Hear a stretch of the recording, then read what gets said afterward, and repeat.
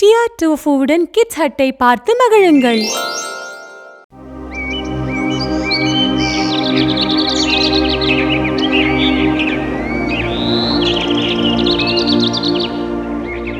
டியா, இன்று நான் சந்தோஷமாக இருக்கிறேன். இன்று என் நண்பர்களின் ஒருவனை சந்தித்தேன். வகுப்பில் அவன் நடத்தையில் பேராசையும் சுயநலமும் இருந்தன. அவனிடம் ஹாம்லின் நகரத்து வர்ண குழலூதி என்ற கதையை சொன்னேன். அந்த கதை தந்த படிப்பினையை அவன் புரிந்து கொண்டான். உண்மையாகவா? அதை பற்றி நான் கேட்டதில்லை. உன் மூலம் அதை கேட்க ஆசைப்படுகிறேன்.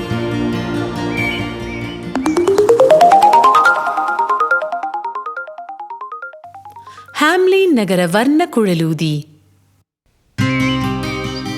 ஒரு காலத்தில் ஹாம்லின் என்று ஒரு நகரம் இருந்தது.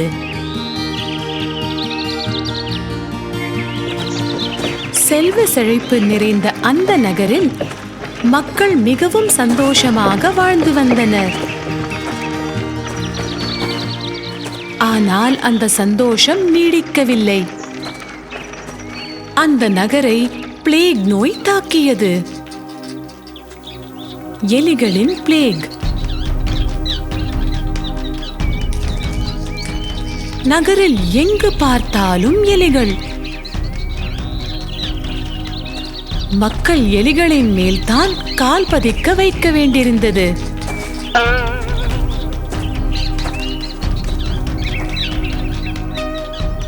சிறிய பெரிய பருத்து மெலிந்த இளமையான முப்பேத்திய எலிகள் பல வர்ணங்களில் நகரம் முழுவதும் நிறைந்திருந்தன. பூனைகளாலும் எலிகளை ஒன்றும் செய்ய முடியவில்லை.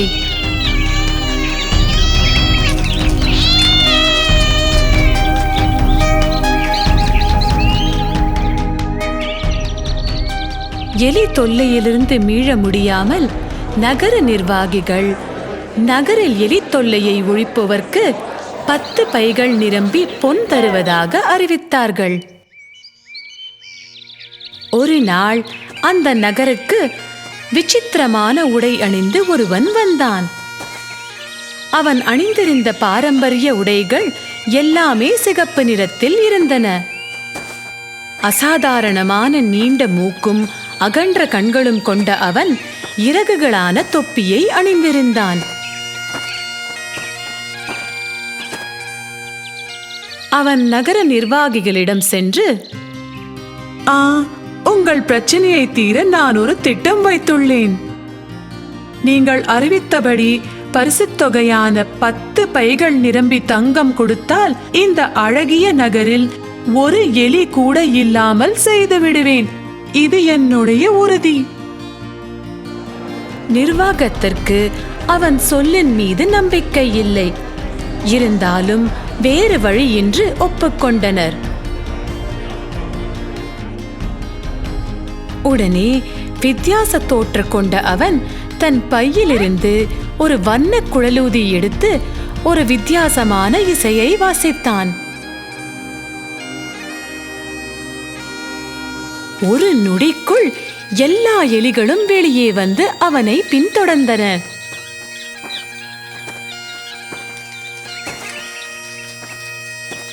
நகரின் மூலை முடுக்கில் உள்ள எல்லா எலிகளும் வெளியே வந்து வீதிகள் பூராவும் எலிகள் நிரம்பி வழிந்தன.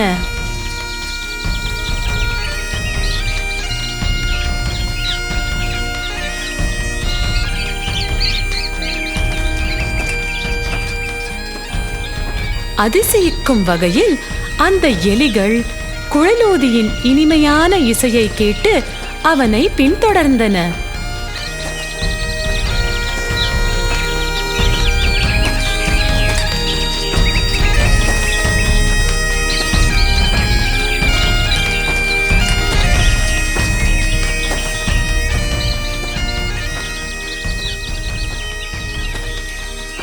அந்த வர்ண குழலூதி நகரை அடுத்து ஆற்றில் இறங்கினான். அவனது இசையில் மயங்கிய அனைத்து எலிகளும் அவனோடு ஆற்றில் இறங்கி முழுகி இறந்தன. இதனால் நகர மக்கள் மகிழ்ந்து கொண்டாடினர். உடனே வர்ணக்குழலூதி நகர நிர்வாகிகளிடம் சென்று தன் பரிசு தொகையை தருமாறு கேட்டான். காரியம் முடிந்துவிட்ட நிலையில் இனி எலிகள் வராது என்ற நம்பிக்கையில் நிர்வாகிகள் பரிசு கொடுக்காமல் அவனை வெளியே துரத்தினர். எத்தனை சுயநலக்காரர்கள் இவர்கள்! அவர்களை ஒரு பெரிய தொற்று நோய் ஆபத்திலிருந்து காப்பாற்றி உதவினேன். ஆனால் அவர்கள் பேராசையும் சுயநலமும் கொண்டவராக இருக்கின்றனர்.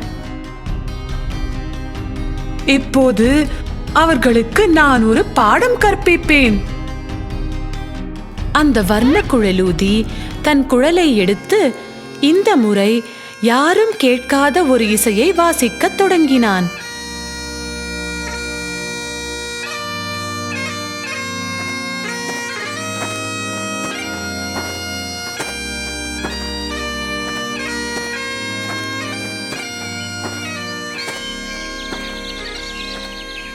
சில நொடிகளில் நகரில் உள்ள எல்லா குழந்தைகளும் அவன் இசையில் மயங்கி அவனை பின்தொடர்ந்தன.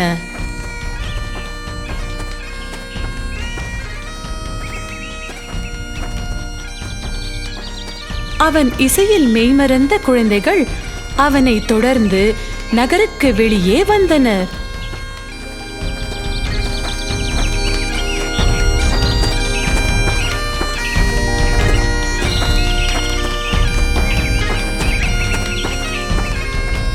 குழலூதி குழந்தைகளை ஒரு குகைக்குள் கொண்டு சென்றான்.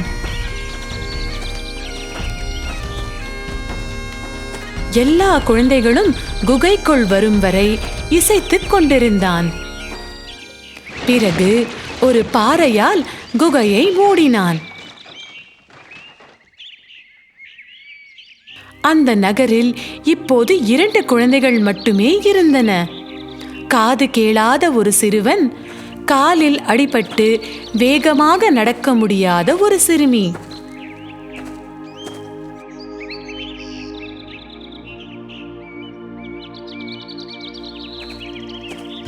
இவர்கள் வீடு வந்து பெற்றோரிடம் குழலூதி குழந்தைகளை இசையில் மயக்கி குகைக்குள் அடைத்து வைத்தான் என்று சொன்னார்கள்.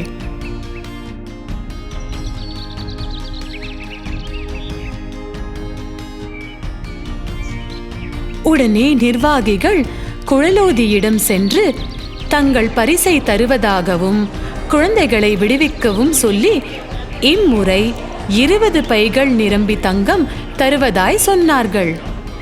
இம்முறை நான் உங்களை நம்ப மாட்டேன். பரிசு முதலில் என் கைக்கு வர வேண்டும். அவனுக்கு பரிசு அளிக்கப்பட்டது.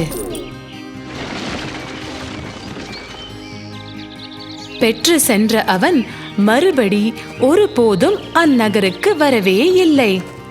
குழந்தைகளும் குகையிலிருந்து விடுபட்டு வெளியே வந்து பெற்றோரை கட்டி மகிழ்ந்தனர்.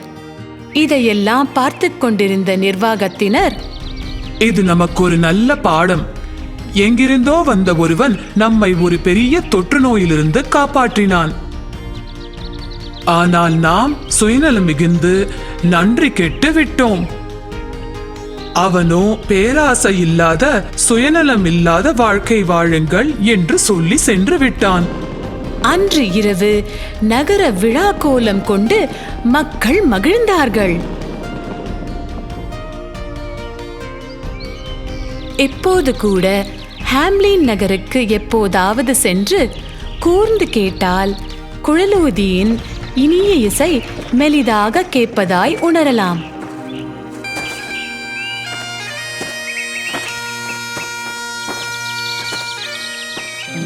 டோஃபு, எனக்கு பெருமையாக இருக்கு. நீ ஒரு சுட்டி பையன்தான், ஆனால் ஒரு நல்ல சிறுவன்.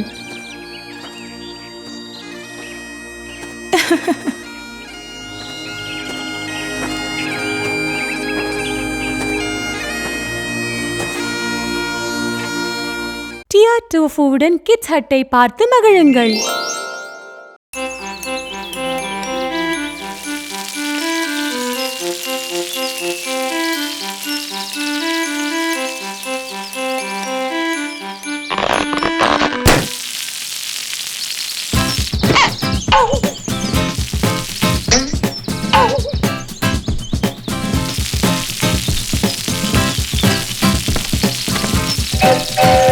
என்ன செய்கிறாய் டோஃபு? உடைந்து போன ரப்பர் குழாயால் செடிகளுக்கு நீர் பாய்ச்ச முயற்சி செய்கிறேன். வா, உனக்கு ஒரு கதை சொல்கிறேன். புத்திசாலி காகம்.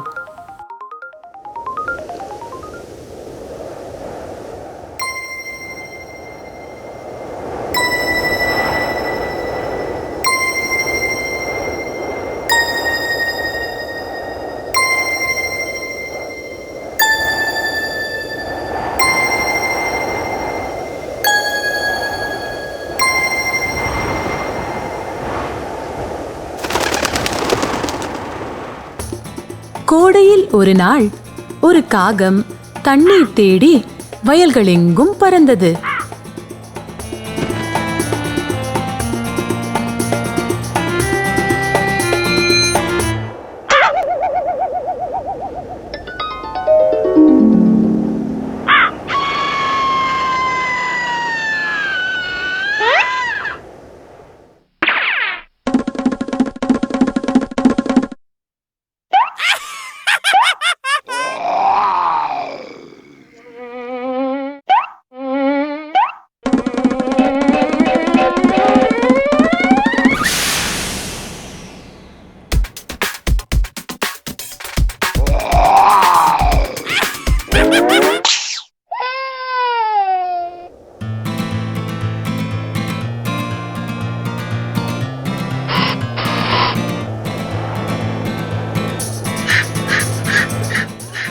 வெகு நேரம் வரை அதற்கு தண்ணீர் கிடைக்கவில்லை. திடீரென ஒரு மரத்தின் அடியில் ஒரு தண்ணீர் பானையை கண்டது. உடனே பறந்து வந்து பானைக்குள் தண்ணீர் உள்ளதா என்று பார்த்தது. பானையில் கொஞ்சம் தண்ணீர் இருப்பதை பார்த்தது. காகம் பானையின் உள்ளே தலையை நுழைக்க பார்த்தது. ஆனால் பானையின் கழுத்து குறுகலாயிருந்ததால் தலை நுழையவில்லை. நான் என்ன செய்வேன்? தாகமாக இருக்கிறது. எப்படி தண்ணீர் குடிப்பேன்? பிறகு பானையை சாய்த்து நீரை வெளியே கொட்ட முயன்றது. பானை கனமாக இருந்ததால் சாய்க்க முடியவில்லை. அது சுற்றி பார்த்தது. அருகில் கூழாங்கற்களை கண்டது. அதற்கு ஒரு நல்ல யோசனை தோன்றியது. காகம் ஒவ்வொரு கற்களாய் எடுத்து பானையில் போட்டது. பானையில் கற்கள் விழ விழ கீழே இருந்த நீர் மேலே உயர்ந்தது. சீக்கிரமே காகம் குடிக்கும்படி தண்ணீர் மேலே வந்தது. அதன் யோசனை பலித்தது.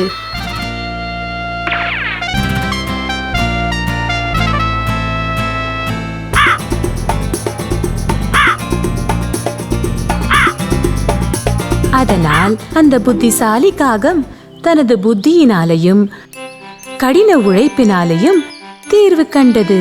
அதுபோல் உன் பிரச்சனைக்கு தீர்வு காண்பாயா?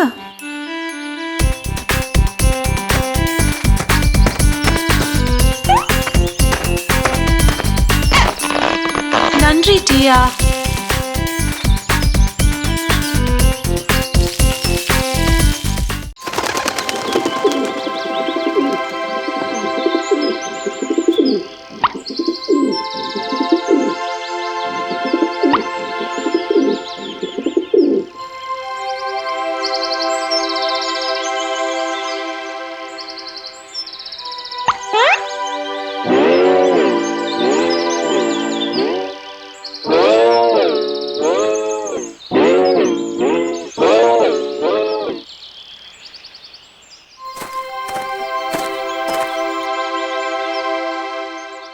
டியா, அந்த குரங்கை பார், நான் செய்வதை திரும்பி செய்கிறது.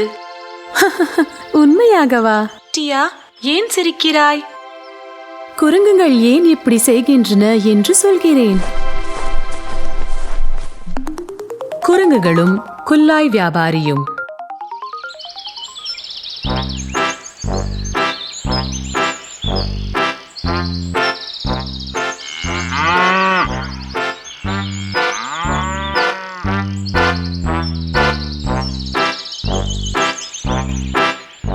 ஒரு சமயம் ஒரு குல்லாய் வியாபாரி குல்லாய்களை விற்க ஒரு கிராமம் சென்றான். குல்லாய் குல்லாய், 5 ரூபா குல்லாய், 10 ரூபா குல்லாய், குல்லாய் குல்லாய்.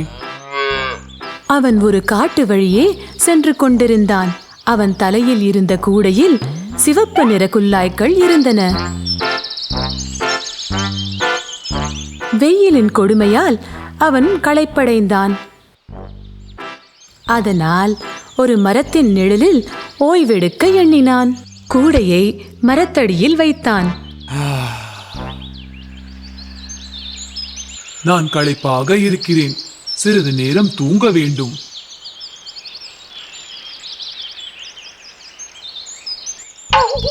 அந்த மரத்தின் மேலே குரங்குகள் இருந்தன.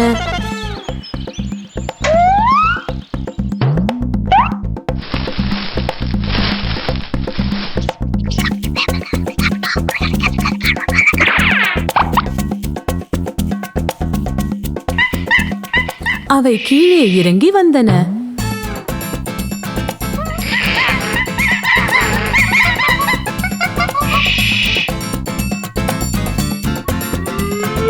கூடையில் இருந்து எல்லா குல்லாய்களும் ஒவ்வொன்றாக எடுத்து போட்டுக்கொண்டது.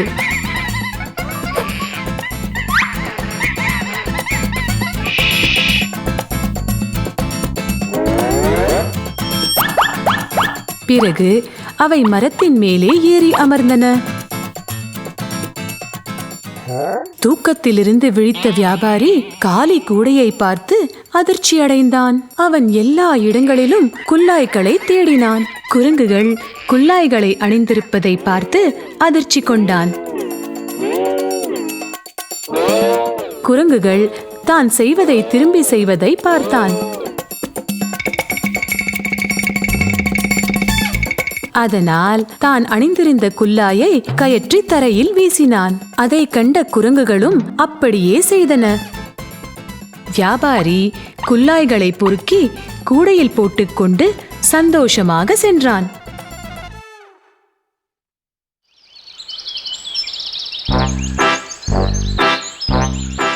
ஆகையால் டோஃபு இது போன்ற சந்தர்ப்பங்களில் புத்திசாலித்தனமாய் செயல்பட வேண்டும். ஏனென்றால் இக்கட்டான நேரத்தில் புத்திசாலித்தனம் தான் நமக்கு உதவும். புரிகிறது?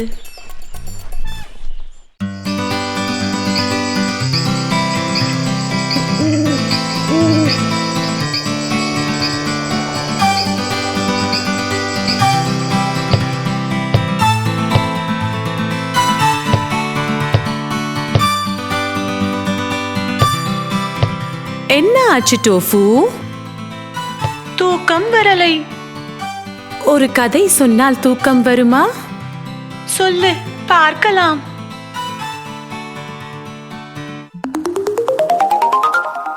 அழகற்ற வாத்துக்குட்டி.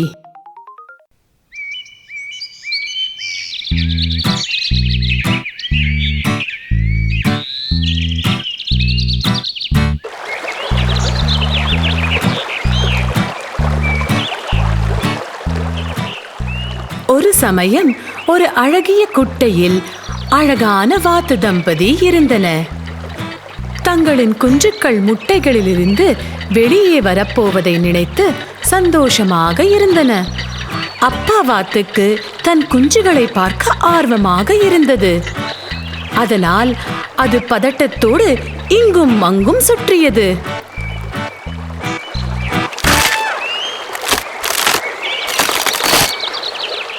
திடீரென குவாக் குவாக் என்ற இனிமையான சத்தம் கூட்டிலிருந்து வந்தது. உடனே அப்பா வாத்து குஞ்சுகளை காண கூட்டை நோக்கி ஓடியது. ஓ, அவை மிகவும் அழகாக இருக்கின்றன. அப்போது அம்மா வாத்தின் அடியிலிருந்து வரட்டு குவாக் சத்தம் கேட்டது.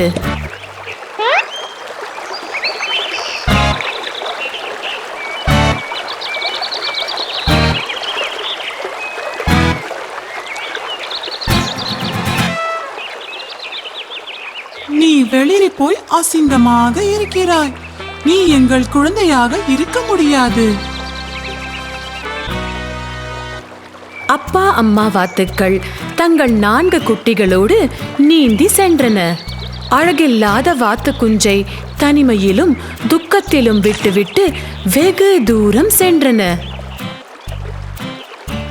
பாவம், அந்த குஞ்சுக்கு தனது குறை என்னவென்றே தெரியவில்லை. தனது இறக்கைகள், அலகு, கால்கள் எல்லாவற்றையும் பார்த்தது. எல்லாம் சரியாகவே இருந்தன. உடனே தனது பிம்பத்தை குட்டை நீரில் பார்த்தது. அதை பார்த்து ஏமாற்றம் கொண்டது. யாரும் என்னை நேசிக்கவில்லை. நான் என்ன செய்வேன்? எங்கு போவேன்? அழகற்ற வாத்துக்குட்டி துக்கத்தோடு நடக்கத் தொடங்கியது. நாட்கள், வாரங்கள், மாதங்கள் கடந்தன. பாவம், அடர்ந்த காட்டுக்குள் தன்னந்தனியே சுற்றித் திரிந்தது. திடீரென குளிர் அதிகமாவதை உணர்ந்து நின்றது. குளிர்கிறது. வெப்பமுள்ள வீடு இருந்தால் நன்றாக இருக்கும். திடீரென ஒரு பெரிய பனிப்பாறை அது பின்னால் உருண்டு வந்தது. அதில் அகப்பட்டு வாத்து குஞ்சு உதவிக்காக கத்தியது. சற்று தூரத்தில் மரம் வெட்டிக் கொண்டிருந்த ஒரு மரவெட்டி வாத்தின் அலறலை கேட்டு உதவி செய்ய ஓடினான்.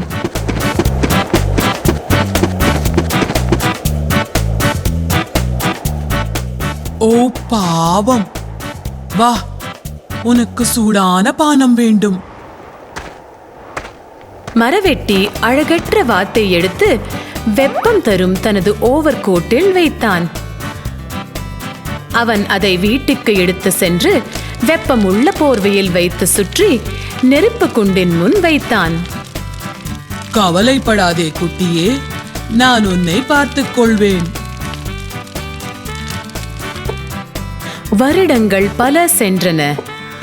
அழகற்ற வாத்து மரவெட்டியின் பாதுகாப்பில் வளர்ந்தது.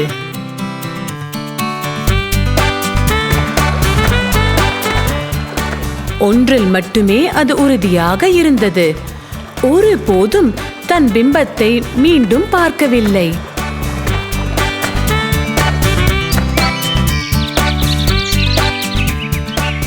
ஒரு நாள் வெயிலான மதிய வேளையில் ஏரிக்கரையில் சுற்றி கொண்டிருந்தது. திடீரென அன்னப்பட்சி கூட்டம் ஒன்று குட்டையில் நீந்துவதை பார்த்தது. அந்த அன்னங்கள் எவ்வளவு அழகாக இருக்கின்றனர். நானும் அழகான வாத்தாய் இருந்திருக்கலாம். நான் அழகற்று இருப்பதால் எனக்கு நண்பர்கள் இல்லை. என்னை தனிமை வாட்டுகிறது. அன்னப்பட்சிகள் தன்னை நோக்கி வருவதை திகப்புடன் பார்த்தது. இவ்வளவு அழகான அன்னத்தை இதுவரை பார்த்ததில்லை. ஹே, நாங்கள் உன்னை இங்கே பார்த்ததில்லை. இந்த இடத்திற்கு நீ புதிசா? இல்லை, நான் பக்கத்தில் ஒரு மரவேட்டி கூட இருக்கேன். நான் அடிக்கடி வெளியே வருவதில்லை. ஏன் அப்படி? ஏனென்றால் நான் அழகற்ற வாத்து. என்னை விரும்பவோ நேசிக்கவோ யாரும் இல்லை. அவைகள் சிரிப்பதை பார்த்து அது அதிர்ச்சிப்படவில்லை. திரும்பி போக நினைத்த வாத்துக்குட்டி அழகான ஒரு அன்னத்தின் குரலை கேட்டது. நில், எங்கே போகிறாய்? நீங்களும் என்னை கேலி செய்கிறீர்கள். அதனால் தான் நான் வெளியே வருவதில்லை. நீ உன்னை வாத்து என்கிறாய், அதனால் சிரித்தோம். என்ன சொல்கிறீர்கள்? ஆமாம், நீ வாத்து இல்லை, நீ ஒரு அன்னம். உன்னை போல் ஒரு அழகான அன்னத்தை வாழ்வில் இதுவரை நான் பார்த்ததில்லை. அதை கேட்டதை நம்ப முடியாமல் அதிர்ச்சியில் நின்றது. சில நிமிடங்கள் கழிந்து சுதாரித்தது. அப்படியா? அழகிய அன்னம் வாத்தை அருகில் இருந்த குட்டைக்கு கூட்டி சென்றது. நீயே பார், நீ ஒரு அன்னப்பறவை. அழகற்ற வாத்துக்குட்டி அரை மனதோடு நீரை குனிந்து பார்த்தது. அது அழகற்ற தன்னை பார்க்க விரும்பவில்லை. ஆனால் அது பார்த்ததை அதனால் நம்ப முடியவில்லை. அது வாத்து அல்ல, அது ஒரு அன்னப்பறவை. அதுவும் ஒரு அழகான அன்னப்பறவை. நான் ஒரு அன்னப்பறவை. மகிழ்ச்சியில் துள்ளி குதித்து நீந்தியது. உடனே அழகிய அன்னத்திற்கு நன்றி சொல்ல நின்றது. நான் யார் என்று தெரிந்து கொள்ள உதவிய உனக்கு நன்றி. இப்போது நீ அன்னம் என்று தெரிந்ததால் எங்கள் கூட்டத்தில் சேருகிறாயா? நாம் ஒரு குடும்பமாக சந்தோஷமாக வாழலாம். ஆம், அதில் எனக்கு மிக மகிழ்ச்சி. பின் அழகற்ற வாத்துக்குட்டி என்று நினைத்திருந்த அந்த அழகான அன்னம் நீரில் மற்ற அன்னங்களோடு சேர்ந்து குதித்து நீந்தி சென்றது.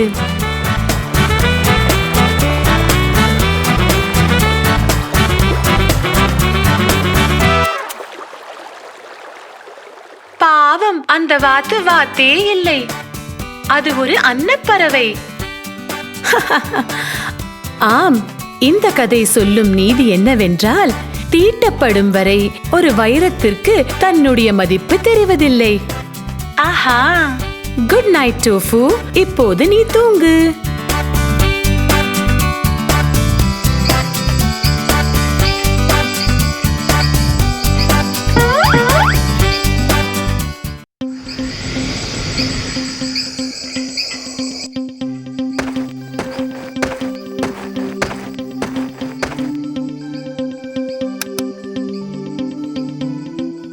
Good night, Tia.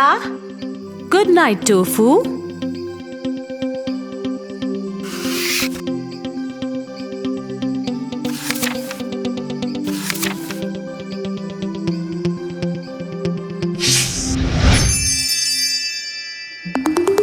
Rapunzel.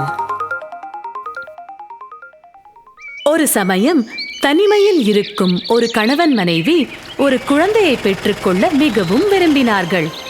அவர்கள் ஒரு சிறிய வீட்டில் தன்னந்தனியே வாழ்ந்து வந்தனர். வீட்டின் பின்பக்கம் ஒரு சிறிய ஜன்னல் இருந்தது. அதன் வழியே ஒரு அழகான தோட்டத்தை பார்க்க முடிந்தது. தோட்டத்தில் அழகிய மலர்களும் மூலிகை செடிகளும் இருந்தன. அந்த தோட்டத்திற்குள் நுழைய ஒருவருக்கும் துணிவில்லை. ஏனெனில் அது டேம் காத்தல் என்ற சூன்யக்காரிக்கு சொந்தமாக இருந்தது. ஒரு நாள் மனைவி ராம்பியன் என்ற செடியை பார்த்தாள். எனக்கு அந்த செடியிலிருந்து செய்த சாலட் சாப்பிட ஆசையாக இருக்கிறது. ஓ, ஆனால் அது அந்த சூன்யக்காரிக்கு சொந்தமானது. ப்ளீஸ், ஏதாவது பண்ணுங்கள். எனக்கு அந்த ராம்பியன் சாப்பிட ரொம்ப ஆசை. சரி கண்ணே, உனக்காக முயற்சி செய்கிறேன். நடு இரவில் கணவன் சூன்யக்காரியின் தோட்ட சுவரை ஏறி குதித்து ராம்பியன்ஸ் செடிகளை பறித்தான்.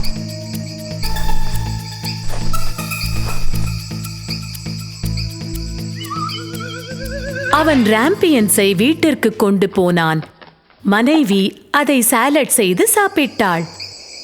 ஆனால் அன்று இரவு கதவை தட்டும் ஓசை கேட்டது. ஏதோ தவறு நடக்கிறது என்று அவன் புரிந்து கொண்டான். என்ன தைரியம் உனக்கு? திருடனை போல் என் தோட்டத்திற்கு வந்து ராம்பியன்ஸ் தேடி உள்ளாய். இதற்கு நீ கஷ்டப்பட போகிறாய். ஐயோ, என்னை மன்னித்து விடுங்கள். என் மனைவி ஜன்னல் வழியே ராம்பியன்ஸ் பார்த்து ரொம்பவும் ஆசைப்பட்டதனால் என்னால் மறுக்க முடியவில்லை. ஓ, அது உண்மையானால் நீ உன் மனைவிக்கு எவ்வளவு ராம்பியன்ஸ் வேண்டுமோ எடுத்துக்கொள். ஆனால் அதற்கு ஒரு நிபந்தனை. என்ன நிபந்தனை? உன் மனைவி பெறும் குழந்தையை நீ எனக்கு தர வேண்டும். பயத்தில் இருந்த அவன் எல்லாவற்றுக்கும் ஒப்புக்கொண்டான். நாட்கள் சென்றன. அந்த தம்பதிக்கு ஒரு அழகான பெண் குழந்தை பிறந்தது. ஆனால் அன்று இரவே சூன்யக்காரி வீட்டிற்கு வந்து குழந்தையை எடுத்து சென்றாள். பெற்றோர்கள் சோகத்தில் இருந்தனர். நீ மிகவும் அழகான பெண் குழந்தை. இனி உன் பெயர் ராபுன்செல். நான் உன்னை நன்றாக பார்த்துக் கொள்வேன். சூன்யக்காரி குழந்தையை கதவுகள் மற்றும் படிகள் இல்லாத ஒரு சிறு ஜன்னல் மட்டுமே உள்ள ஒரு கோட்டையில் அடைத்தாள். வருடங்கள் ஓடின. ராப்புன்செல் நீண்ட பொன்னிற கூந்தலோடு மிக அழகான பெண்ணாக வளர்ந்தாள். கொடிய சூன்யக்காரி அவளை வெளியே செல்ல அனுமதிக்காததால் ரசிப்பாரின்றி அவள் அழகு வீணாயிற்று. வருத்தமுற்ற ராப்புன்செல் சிறிய ஜன்னல் அருகே நின்று கொண்டு சோக பாட்டுக்களை பாடினாள். சூன்யக்காரி ராப்புன்செலை பார்க்க வரும்போதெல்லாம் கூந்தலை நீட்டிவிடும்படி சொல்லுவாள். ராப்புன்செல், ராப்புன்செல், கூந்தலை அவிழ்த்து விடு.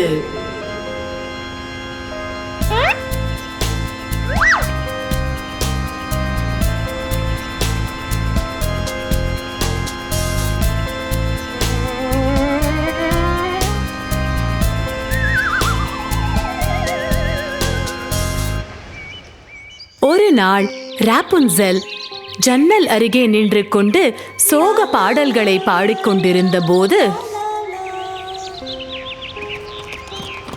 ஒரு அழகான ராஜகுமாரன் அந்த வழியே சென்று கொண்டிருந்தான். பாட்டை கேட்டு நின்ற அவன் இந்த இனிமையான குரல் எங்கிருந்து வருகிறது என்று இங்கும் அங்கும் பார்த்தான். ஓ, எவ்வளவு அழகான பாட்டு! யார் இவ்வளவு இனிமையாக பாடுகிறார்கள்?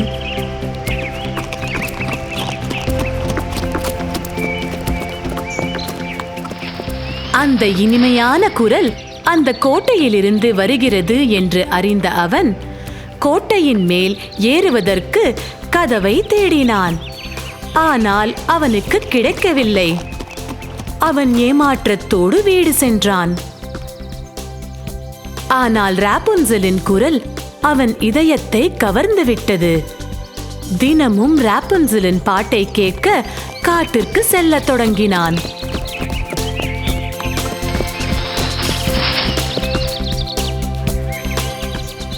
ஒரு நாள் ஒரு மரத்தின் பின்னால் நின்று கொண்டிருந்து அவன் சூன்யக்காரி வருவதை பார்த்தான். அவள் பேசுவதை கேட்டான். ராப்புன்செல், ராப்புன்செல், உன் கூந்தலை எனக்கு அவிழ்த்து விடு. பிறகு ராப்புன்செல் தன் நீண்ட அழகிய கூந்தலை அவிழ்த்து விட்டாள்.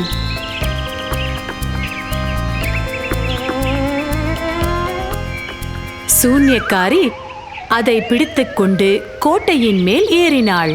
ஓ, கோட்டையின் மேல் இப்படிதான் ஏறணுமா? இப்போ புரிந்தது.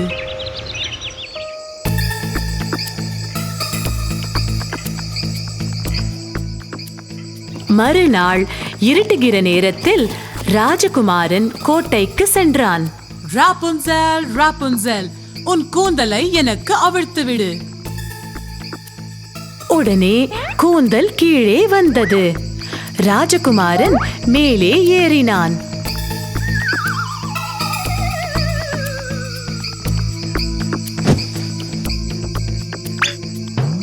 ஓ, நீ யாரு? ஓ கடவுளே, நீ எவ்வளவு அழகாக இருக்கிறாய் என்று உனக்கு தெரியுமா? என் இதயத்தை உன்னிடம் இழந்து விட்டேன். என்னை மணந்து கொள்வாயா? என் மனைவியாய் என் ராஜ்யத்தில் என்னோடு இருக்கிறாயா? ஓ ராஜகுமாரா, எனக்கும் அதில் சம்மதம். ஆனால் இந்த சூன்யக்காரி இந்த கோட்டை விட்டு என்னை வெளியே விட மாட்டாள். உன்னை பற்றி தெரிந்தால் உன்னை கொன்று விடுவாள். எனக்கு கவலை இல்லை. நீ என்னோடு இப்போ வருகிறாய். வா, போகலாம். ராஜகுமாரா, நான் உன்னோடு வருவதற்கு தயார்தான். ஆனால் நான் எப்படி கீழே இறங்குவது? நான் கூந்தலை கீழே தொங்கவிட்டால் நான் எப்படி இறங்குவேன்? நீ சொல்வது சரி. நீ போய்விடு, சூன்யக்காரி வந்து விடுவாள். சரி, கவலைப்படாதே ராப்புன்செல். நான் ஏதாவது யோசித்து நாளை மீண்டும் வருகிறேன். ராஜகுமாரன் கீழே இறங்கும் போது சூன்யக்காரி அவனை பார்த்து விட்டாள். ஓ, அவன் ராப்புன்செலை கொண்டு செல்ல போகிறான். இதற்கு இருவருமே தண்டனை பெற வேண்டும். ராப்புன்செலை கூந்தலை கீழே தொங்கவிட சொல்லி சூன்யக்காரி கோட்டையின் மேல் ஏறினாள்.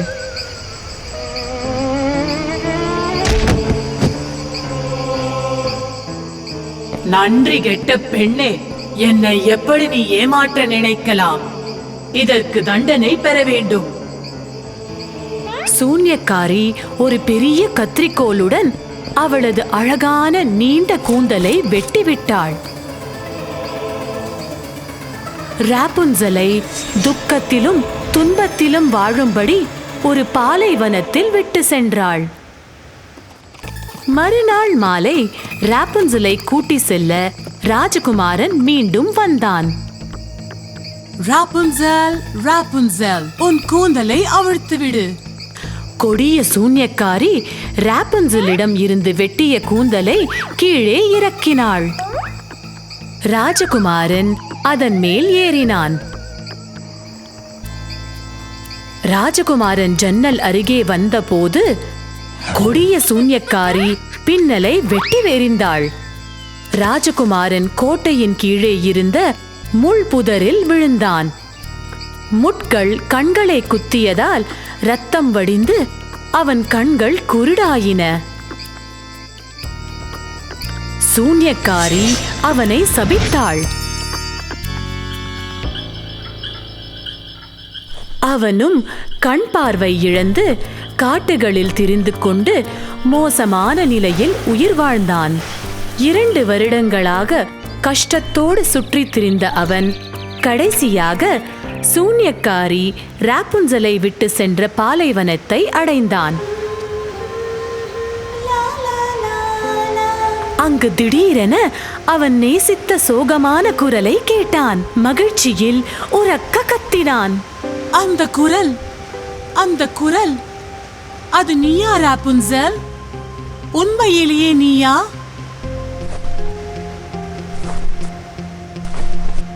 குரல் வந்த திசையில் சென்றான்.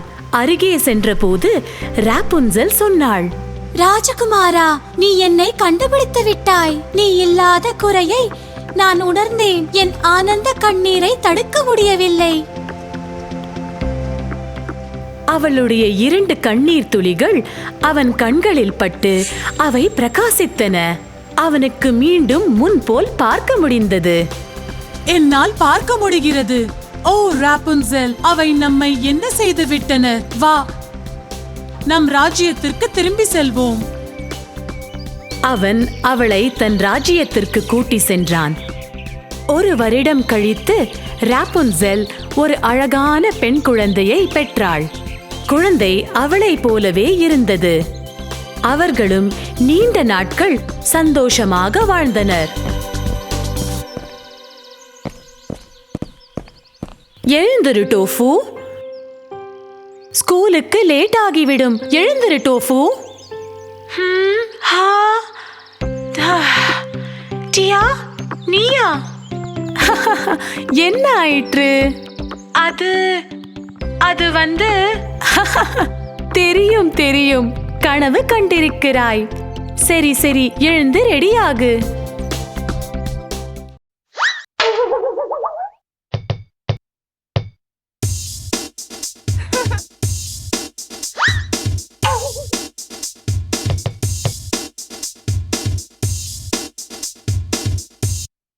டியா, இது என்னால் முடியாது. முயற்சி பண்ணு, உன்னால் முடியும்.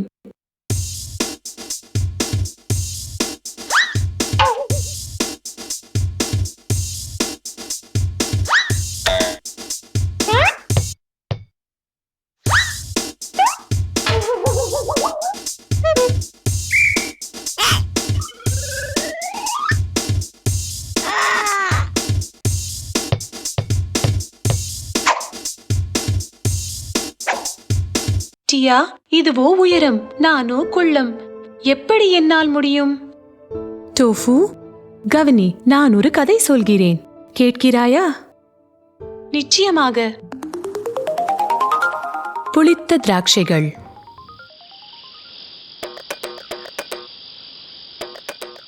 ஒரு சமயம் ஒரு காட்டில் நரி ஒன்று இருந்தது.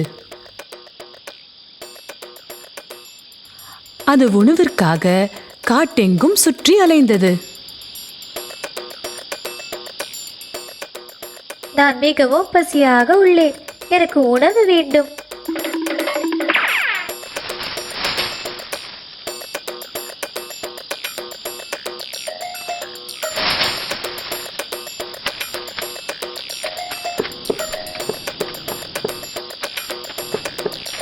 நரி ஒரு திராட்சை தோட்டத்து வழியே சென்றது. ஆனால் திராட்சைகள் பார்க்கவில்லை. எனக்கு ரொம்ப பசி, அந்த வட்டமான பொருள் என்னவென்றே தெரியவில்லை. சற்று முன்னோக்கி சென்று நரி நின்றது. திராட்சையின் மணத்தை நுகர்ந்தது. ஆஹா, இந்த தோட்டத்தில் நிறைய திராட்சைகள் உள்ளன. என் நாவில் ஜலம் ஊறுகிறது. நரி தோட்டத்தை நோக்கி ஓடியது.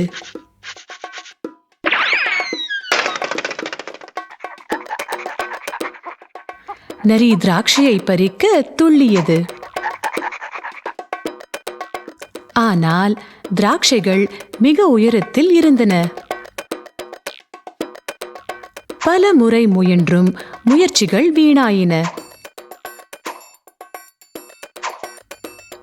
மீண்டும் ஒரு முறை திராட்சைகளை தொட முயன்றது. ஆனால் முடியவில்லை. நான் மிகவும் களைப்பாக உள்ளேன். இந்த திராட்சைகள் மிக உயரத்தில் உள்ளன. எப்படியும் என்னால் முடியாது. திராட்சைகளை எப்படி பறிப்பது என்று வெகு நேரம் அங்கு உட்கார்ந்து யோசித்தது. திடீரென எழுந்து தனக்குள் சொல்லிக் கொண்டது, அந்த திராட்சைகள் புளிக்கும். எனக்கும் திராட்சை பிடிக்காது. அவற்றை தின்ன நான் ஏன் கஷ்டப்பட வேண்டும்? திராட்சைகளை பறிக்க முடியாத நரி தனக்கு தானே சமாதானம் சொல்லி சென்றது.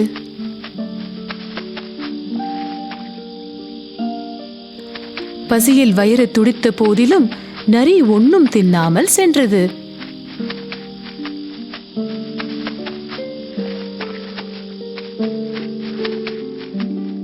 டோஃபு நரி தான் தோல்விக்கு போலி சமாதானம் சொல்லிக்கொண்டு வெறும் கையோடு சென்றது. எப்போதும் நினைவில் கொள், தோல்விகளால் துவளாமல் மேன்மேலும் முயற்சி செய்தால்தான் உன் லட்சியங்கள் நிறைவேறும். வா, மீண்டும் முயற்சி செய்வோம்.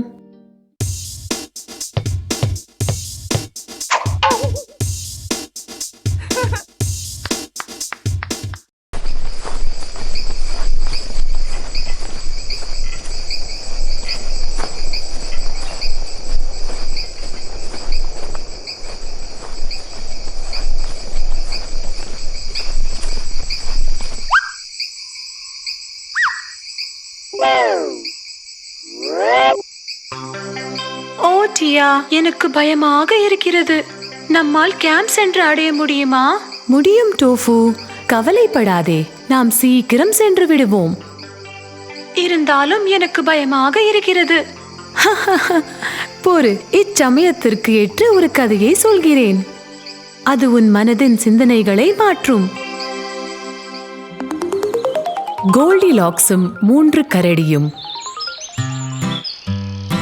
ஒரு காலத்தில் கோல்டிலாக்ஸ் என்று சிறுவி இருந்தாள்.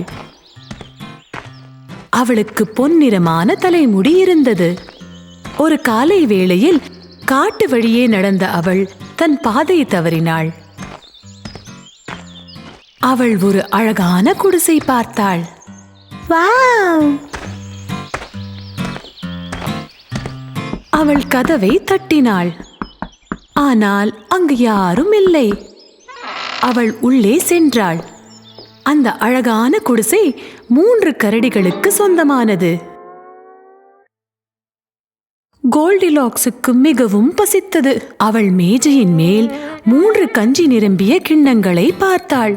முதலில் அவள் அப்பா கரடியின் பெரிய கிண்ணத்திலிருந்து ஒரு ஸ்பூன் கஞ்சி குடித்தாள். இந்த கஞ்சி மிகவும் சூடாக இருக்கு. அடுத்து அவள் அம்மா கரடியின் நடுத்தர கிண்ணத்திலிருந்து கஞ்சி குடித்தாள். இந்த கஞ்சியும் சூடாக இருக்கு. கடைசியாக அவள் குட்டி கரடியின் சின்ன கிண்ணத்திலிருந்து கஞ்சி குடித்தாள். இந்த கஞ்சி சரியாக இருக்கு. அவள் கஞ்சி முழுவதையும் சாப்பிட்டாள். கோல்டிலாக்ஸுக்கு களைப்பு வந்தது. ஒரு அறையில் 3 நாற்காலிகள் இருந்தது. இது ரொம்ப பெரிய நாற்காலி. இதுவும் பெரிய நாற்காலிதான். இதுதான் சரியான நாற்காலி. ஆனால் உட்கார்ந்ததில் நாற்காலி உடைந்தது. கோல்டிலாக்ஸுக்கு களைப்பு அதிகமாகி மாடிக்கு சென்றாள்.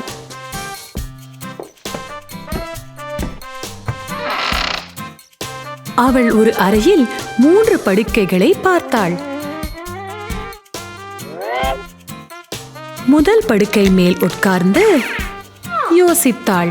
இந்த படுக்கை மிகவும் கடுமையாக உள்ளது.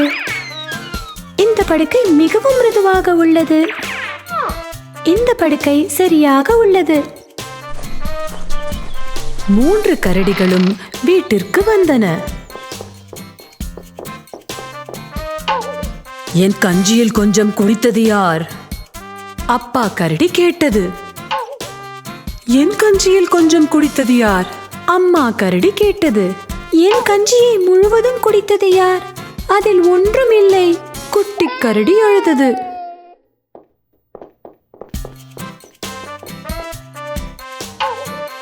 என் நாற்காலியில் யார் உட்கார்ந்தது? அப்பா கரடி கத்தியது. என் நாற்காலியில் யார் உட்கார்ந்தது? அம்மா கரடி கத்தியது. என் நாற்காலியில் யாரு உட்கார்ந்து உடைத்தது? குட்டி கரடி அழுதது.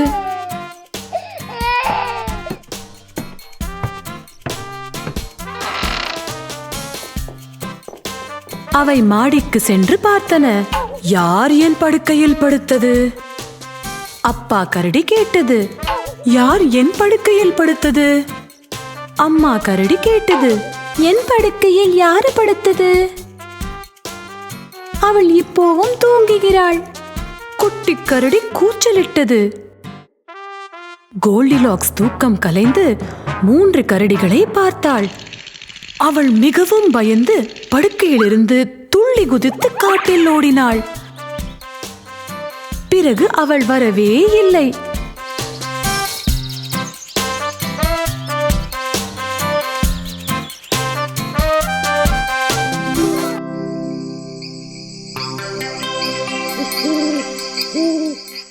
ஓ, கோல்டிலாக்ஸ் நம்மை போல் தனது பாதை மறந்து விட்டாளா?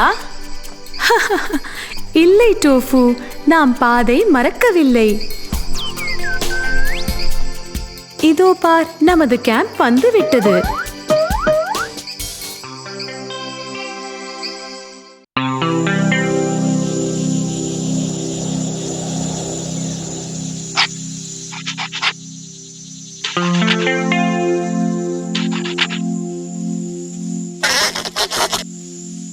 என்ன ஆச்சு டோஃபு?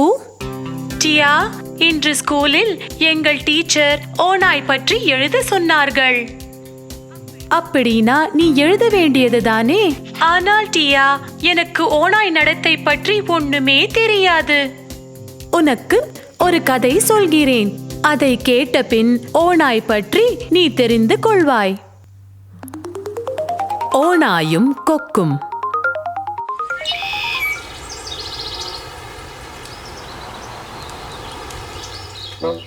ஒரு நாள் பசியோடு இருந்த ஒரு ஓநாய் தன்னுடைய இரையை வேகமாக தின்று கொண்டிருந்தது. அப்போது அதன் தொண்டையில் ஒரு எலும்பு துண்டு சிக்கிக் கொண்டது.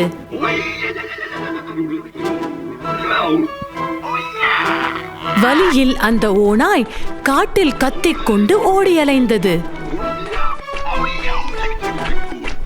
தயவு செய்து உதவி செய்யுங்கள், நான் நிறைய பரிசு அளிப்பேன். என் தொண்டையில் இருந்து யாராவது எலும்பை எடுங்கள்.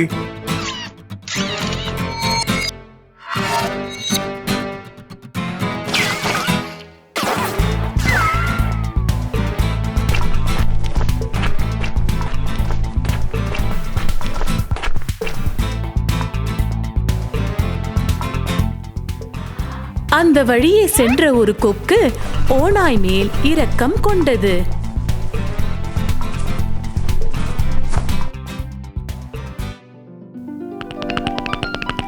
அது ஒரு ஆபத்தான வேலையாக இருந்தாலும் கிடைக்கும் பரிசை எண்ணி உதவி செய்ய முடிவு செய்தது.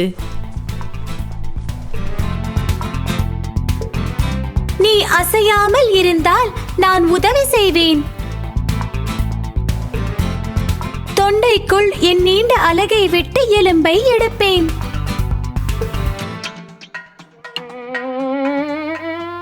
சொன்னபடியே கொக்கு தன் வேலையை செய்து முடித்தது. எனக்கு என் பரிசை கொடு. பரிசா? என்ன பரிசு? பேராசை பிடித்த கொக்கே, உன் தலையை என் தொண்டையில் விட்டாய். நான் உன்னை திங்காமல் தீங்கு செய்யாமல் வெளியே விட்டேன். அதுதான் உனக்கு பரிசு. ஓடிப்போ, இல்லை என்றால் நசுக்கி விடுவேன். ஏமாற்றத்தோடு கொக்கு அங்கிருந்து சென்றது.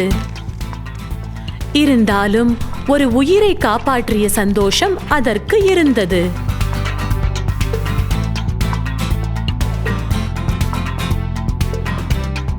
இந்த கதையிலிருந்து என்ன புரிந்து கொண்டாய்? ஓநாய் தந்திரங்களை ஒருபோதும் நம்பக்கூடாது. ஆமாம் டோஃபு, இப்போது நீ ஓநாய் பற்றி எழுதலாம் அல்லவா? ஆமாம் டியா.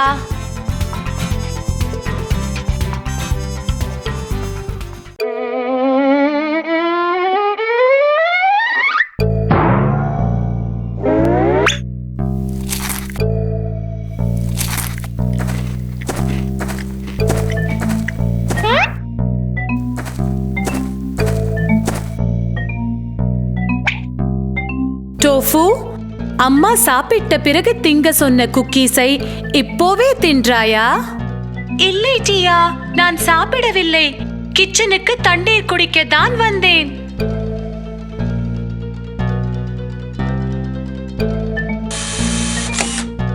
டோஃபு, உனக்கு ஒன்று தெரியுமா? பொய் சொல்வது நல்லதல்ல. எப்படி டியா? வா, இன்று உனக்கு ஒரு படிப்பினை சொல்லித் தருகிறேன். ஓநாய் என்று கூவிய சிறுவன். முன்னொரு சமயம் ஒரு ஆடு மேய்க்கும் சிறுவன் தன் கிராமத்தில் உள்ள ஆடுகள் எல்லாம் மேய்த்து வந்தான். அவன் தன் வேலையில் கண்ணும் கருத்துமாய் இருந்தான்.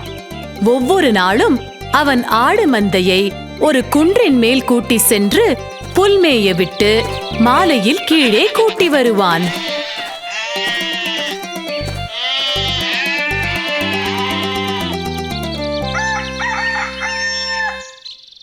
ஆனால் ஒரு நாள் சலித்து போன அவன், எனக்கு சலிப்பாக இருக்கிறது. எல்லா கிராமத்தினரும் ஒன்றாய் வேலை செய்கிறார்கள். ஆனால் இங்கே நான் மட்டுமே தனியே ஆடுகளை மேய்க்கிறேன். பேசுவதற்கு கூட ஒருவரும் இல்லை. நான் என்ன செய்வது? திடீரென அவனுக்கு ஒரு மோசமான யோசனை தோன்றியது. அவன் குன்றின் ஓரத்தில் நின்று கொண்டு உரக்க கூவத் தொடங்கினான். காப்பாற்றுங்கள்! ஓநாய் ஒன்று வருகிறது. அது ஆடுகளை எல்லாம் தின்றுவிடும். காப்பாற்றுங்கள்! பையனுடைய அலறலை கேட்டு எல்லா கிராமத்தினரும் ஆடுகளை காப்பாற்ற குன்றின் மேல் ஏறினார்கள். ஆனால் அங்கே ஆடுகள் அமைதியாக புல் மேய்வதை பார்த்தார்கள். புத்தி கெட்டவனே, எங்கே ஓனாய்? ஏன் உதவி கேட்டு கத்தினாய்? கோபம் கொண்ட கிராமத்தினர் ஆடு மேய்க்கும் சிறுவனை சபித்து திரும்பி சென்றனர். இது நல்ல தமாஷ்.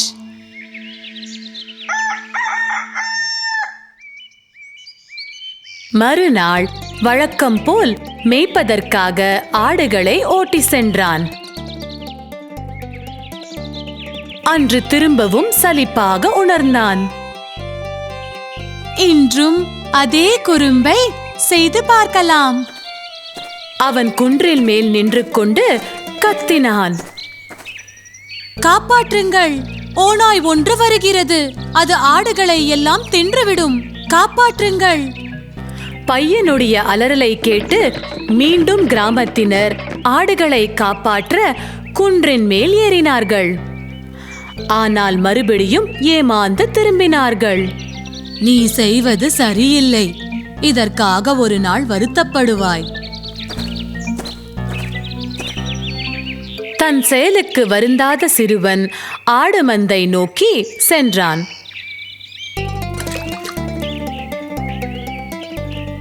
ஒரு நாள் ஆடுகள் மேய்ந்து கொண்டிருந்த போது அவன் ஒரு மரத்தடியில் படுத்திருந்தான். அப்போது சில ஆடுகள் இங்கும் அங்கும் ஓடின.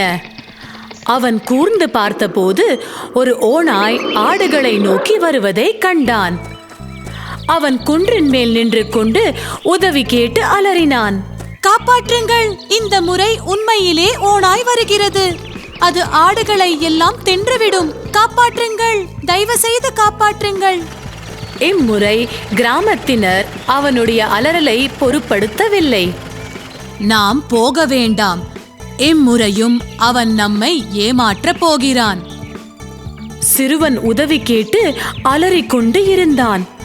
ஆனால் ஒருவர் கூட உதவ வரவில்லை. அவன் ஓநாய் ஒவ்வொரு ஆடாக கொன்று தின்பதை பார்த்து கொண்டிருந்தான். நான் கிராம மக்களை பொய் சொல்லி ஏமாற்றி இருக்க கூடாது. உண்மையிலே ஓநாய் வந்தபோது யாரும் என்னை நம்பவில்லை. இப்போது நான் என்ன செய்வேன்? என் ஆடுகளை எல்லாம் இழந்து விட்டேன். அதன் பின் அந்த சிறுவனின் பேச்சை யாருமே நம்பவில்லை. ரொம்ப சாரி டியா, நான் குக்கீஸ் பற்றி போய்தான் சொன்னேன். ஆனால் இப்போது நல்ல படிப்பினை பெற்றேன். பொய் பேசுவோர் உண்மை சொன்னால் கூட அதை யாரும் நம்புவதில்லை. இனிமே பொய் பேச மாட்டேன். நல்லது டோஃபு, நீ ஒரு நல்ல பையன்.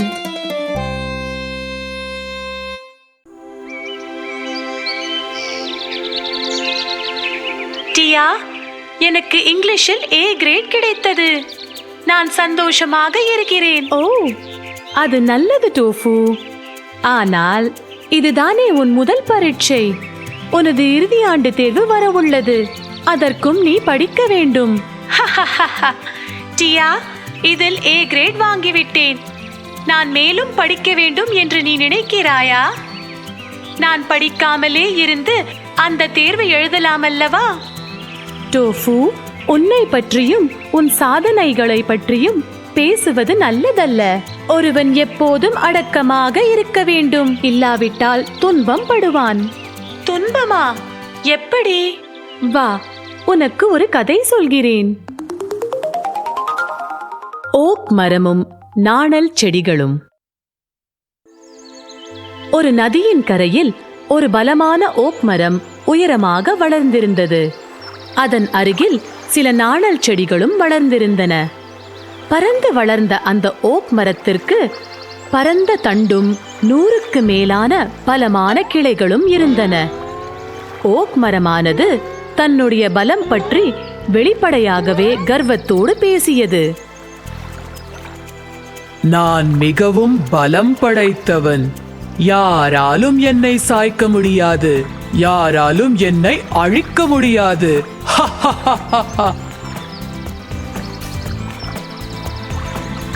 ஓக் மரம் சொல்வதை கேட்டுக்கொண்டிருந்த நாணல் செடிகள் சொல்லியது. ஓ, பலமான ஓக் மரமே, உன் பலம் பற்றி கர்வம் கொள்ளாதே. உலகில் அழியாதது ஒன்றுமில்லை. எனவே அடக்கமே சிறந்தது.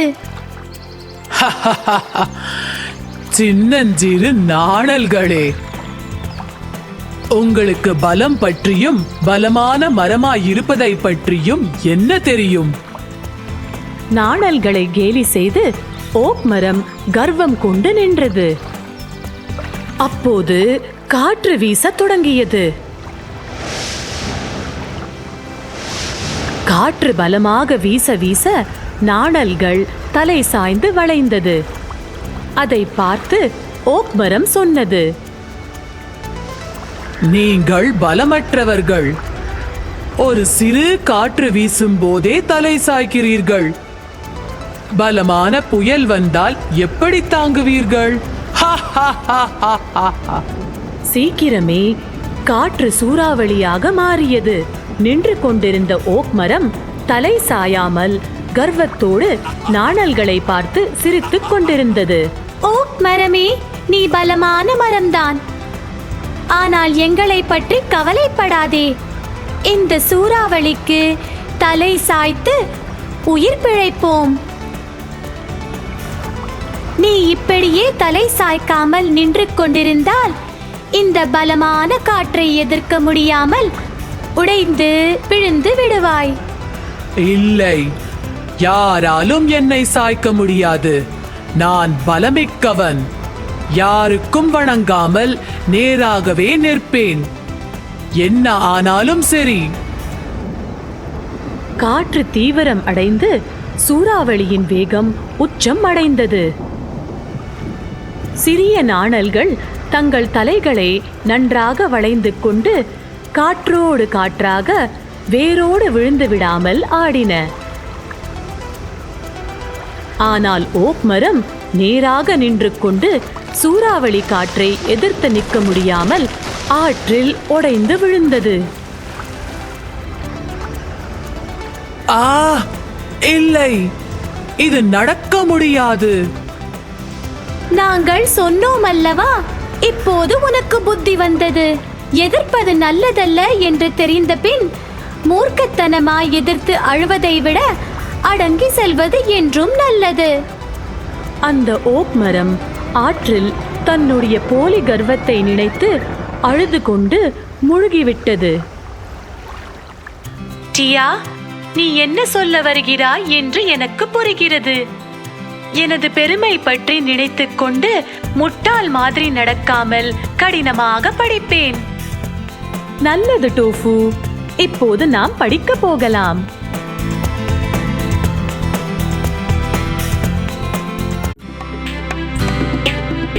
உங்களுக்கு பிடித்தமான ரைம்ஸ், கதைகள் மற்றும் பலவற்றிற்கும் கிட்சட்டில் சேருங்கள். இங்கே சப்ஸ்கிரைப் செய்யுங்கள்.